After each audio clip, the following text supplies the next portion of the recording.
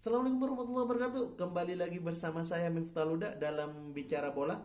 Ya, pada kesempatan kali ini kita akan bahas partai puncak kasta kedua Liga Eropa, yaitu Liga European League, di mana mempertemukan dua kandidat yang sama-sama berambisi, dua kandidat yang sama-sama sudah memiliki nama tinggi di liganya masing-masing, dan dua kandidat yang sama-sama pernah menjuarai Liga Eropa. Yang satu Liga Champions, yang satu Liga European League. Ya, kedua kandidat ini merupakan kandidat yang pantas untuk melaju ke partai final. Dua kandidat ini adalah Internazionale Milan melawan Sevilla. Kalau kita melihat Inter Milan ini di semifinal dia mampu mengalahkan Shakhtar Donetsk dengan skor 5-0. Dia mampu membabat serta mencukur pertahanan dari Shakhtar Donetsk. Sedangkan Sevilla dia mampu mengalahkan tim kuat atau kandidat juara di Liga Eropa musim ini, yaitu Manchester United dengan skor 2-1. Menurut saya, partai puncak ini merupakan partai yang adil bagi kedua tim dan partai yang pantas bagi kedua tim di partai puncak untuk memperebutkan gelar juara. Di sisi lain, para pemain dari kedua tim sudah banyak mengenyam Liga Eropa, di mana masing-masing dari kedua tim ini para pemainnya sudah mencicipi Liga Champions di musim ini dan mampu terjun ke Liga Eropa dan tampil efektif. Selain itu, pelatih keduanya juga mempengaruhi, di mana Lopetegui yang dari Sevilla merupakan pelatih yang baru pertama menangani tim yang berada di partai puncak, yaitu Sevilla di European League ini. Sedangkan Antonio Conte adalah pelatih yang penasaran serta menjadi target nyata di musim ini untuk mendapatkan gelar pertamanya di Inter Milan.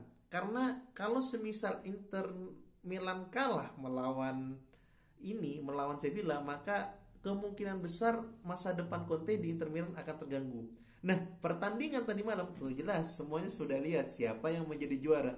Yang kita bahas kali ini adalah bagaimana perjalanan permainan dari 90 menit yang dilakukan oleh kedua tim ini. Kita bahas bersama-sama. Ya, yang pertama kita bahas dari skema.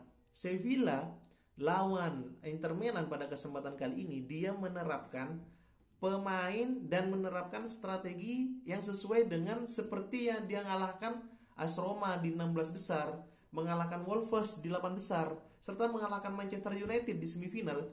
Dia tidak merubah sistem permainannya, yaitu 4-3-3, di mana 4 lini belakang mereka yang dikomandoi oleh Diego Carlos dan satunya itu back yang kribo itu, serta didukung oleh 2 wingback yang sangat fluktuatif untuk membantu penyerangan, Jesus Navas dan Reguilon, di mana lini tengah mereka yang sangat kuat, di mana ada Fernando, di mana ada Ever Banega, di mana ada Jordan, dengan lini sayap serta striker mereka yang sangat bagus, Suso ditambah Ocampos, plus striker kali ini yang diturunkan oleh Lopetegui adalah seorang yang mampu mencetak gol di semifinal melawan Manchester United, yaitu Luuk de Jong. Karena apa? Nanti kita bahas kenapa kok menurunkan Luuk de Jong. Kalau kita melihat skema dari Sevilla ini, otomatis Sevilla akan menerapkan penyerangan kombinasi dari lini tengah ke lini sayap serta memberikan umpan-umpan matang kepada seorang Luuk de Jong. Karena kekuatan Luuk de Jong adalah melalui heading kepala dan positioning yang tepat di saat membunuh gawang lawan. Kalau kita melihat dari skema dari Inter Milan tidak jauh beda skemanya dari pertama kali di Liga Italia, bahkan Liga Champions, bahkan di Liga Eropa yang terdempar ke Liga Eropa. Dia tetap menerapkan 3-5-2, 3 back sejar dibantu dengan wingback yang mampu naik turun, serta 3 gelandang mereka dan 2 striker tangguh mereka.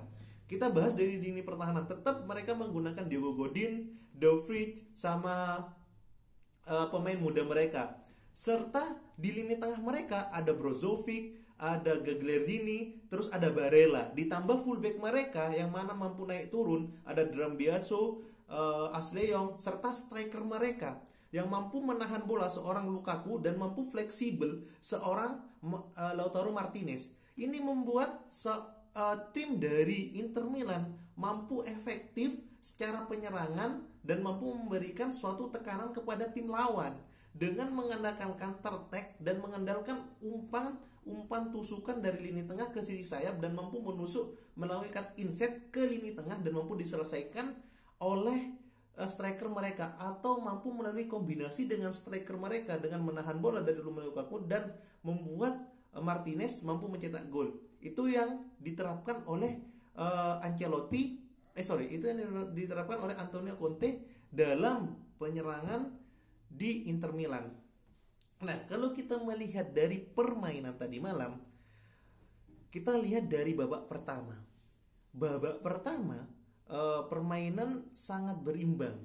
Terbukti sejak peluit pertama dibunyikan, masing-masing tim mampu menyerang satu sama lain, dimana dimotori oleh seorang Ever Banega di Sevilla dan seorang Brozovic di Inter Milan itu mampu mengangkat kedua tim dan mampu memberikan tekanan kepada tim lawan dalam melakukan penyerangan.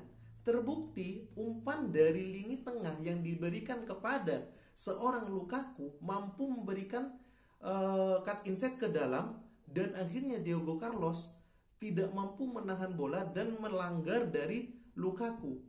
Kalau melihat dari pelanggaran ini, harusnya Diego Carlos sudah kalah speed, kalah bola, dan melanggar kaki Romelu Lukaku, seharusnya bisa kena kartu merah. Tapi atau kartu kuning langsung. Ternyata yang diberikan oleh wasit adalah kartu kuning langsung tanpa peringatan, karena ini sangat berbahaya karena ketika dilepas dia akan langsung berhadapan dengan kiper. Dengan pelanggarannya dari Diego Carlos mampu membuat penalti kick dari Inter Milan dan seorang Algojo Romelu Lukaku mampu memberikan gol kepada Sevilla. Bukan cuma berhenti di situ. Ketika Sevilla ketinggalan 1-0, maka Sevilla langsung bangkit dan melakukan penyerangan balik. Kelemahan dari seorang internasional Inter Milan itu terjadi di lini pertahanan, di mana back mereka Diogo Godin sudah tidak mampu untuk diadu sprint ataupun man to man marking ketika bola heading ataupun bola terupas. Terbukti hal itu dimanfaatkan oleh Sevilla dengan crossing yang diberikan oleh Jesus Navas kepada Luuk de Jong. Sekali lagi Luuk de Jong memanfaatkan kemampuannya melalui headingnya dan mampu mencetak gol. Apakah itu permainan sangat bagus? Bagus, karena lini tengah terkontrol oleh Ever Banega yang mana wingback mereka maju ke lini depan, melini ke sayap mereka dan memberikan crossing kepada Luuk de Jong mampu dimanfaatkan. Bukan cuma itu, gol kedua dari Luuk de Jong itu hasil dari kreasi umpan silang dari Ever Banega kepada Luuk de Jong. Ini membuktikan bahwa striker sekaliber Luuk de Jong mampu memberikan peluang dan mampu memanfaatkan peluang tersebut. Efektivitasnya tinggi dari seorang Luuk de Jong. 2 kali peluang, 2 kali gol melalui 2 heading. Ini menandakan bahwa striker seperti Luuk de Jong tidak membutuhkan kemampuan dribbling yang sangat bagus, hanya mengandalkan umpan matang yang ada diberikan oleh para pemain tengah dari Sevilla maupun pemain sayap dari Sevilla yang mampu dimanfaatkan menjadi sebuah gol. Lopetegui itu paham betul dengan karakter pemain seperti Luuk de Jong dan paham betul kelemahan dari Inter Milan. Terbukti 2-1. Setelah 2-1, Inter Milan mengamuk, bahkan terjadi kesalahan yang dilakukan oleh back dari back dari Sevilla sehingga menghasilkan bola mati dan diumpan crossing oleh Brozovic dan mampu diheading oleh Godin. Skor bertahan di babak pertama 2-2. Selain itu terjadi agak aneh di mana seorang Lautaro Martinez Brozovic itu ya menendang bola dan mengenai handsball dari Diego Carlos, di mana wasit tidak menunjuk VAR.